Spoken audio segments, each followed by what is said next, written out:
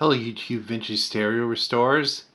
Well, I've done a couple of these KR33 Kenwoods, and this kind of tells you something about where quality stereo equipment was in the late 60s and early 70s. This was bottom of the line, the KR33, 15 watts per channel, but it's built like a tank. It's circuit boards and a combination of point-to-point wiring, two SD90 outputs. I just want to talk to you today about what goes into some of these restorations, because I'm finding these days when this equipment's hit the 50-year-old mark, you can't get away with just fixing what's wrong. And I got this one. Everything was working. A lot of noise in the left channel, a lot of crackling. Stereo lamp was out. Had all kinds of little idiosyncrasies happening. The left channel of the heatsink was getting very hot, so the bias was too hot. I replaced the original bias pots with this style here.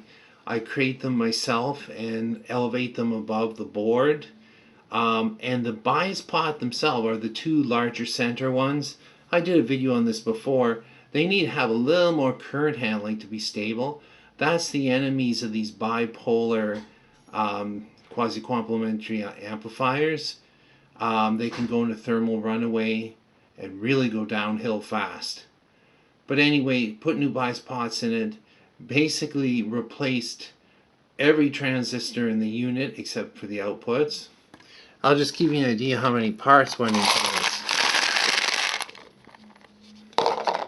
So, all the electrolytics, upgraded the dial lights to LED. The only thing I couldn't change was the stereo indicator lamp. It needs to be an incandescent bulb because of the way the circuit is arranged. It works better that way. That's no big deal. You can get model train bulbs. There are a few, like the original dials in the power supply, tend to be noisy, and they're twinned with these, put in parallel with these oil caps. Got to get rid of those. Another thing,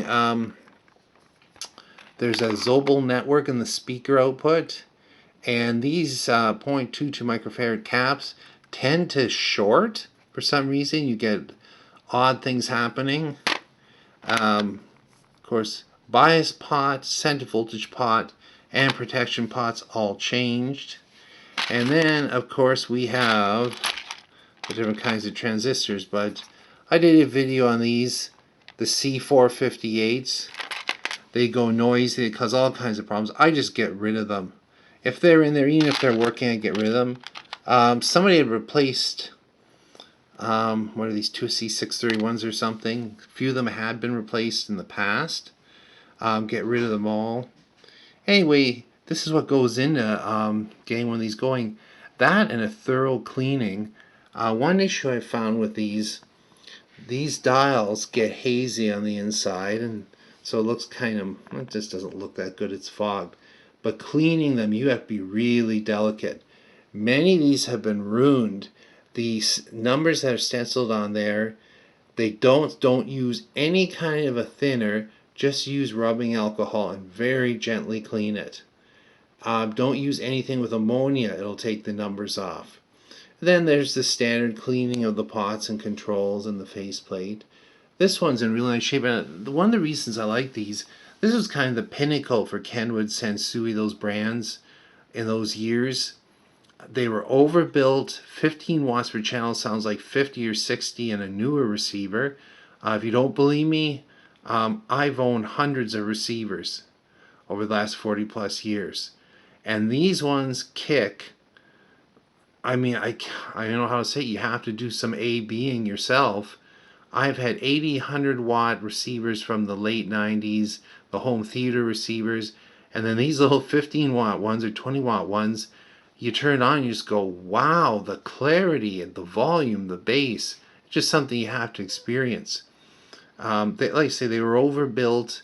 They also had a tube-like sound. They're very warm. That classic quasi-complementary circuit just has unique sound, capacitor coupled, 2000 microfarad caps.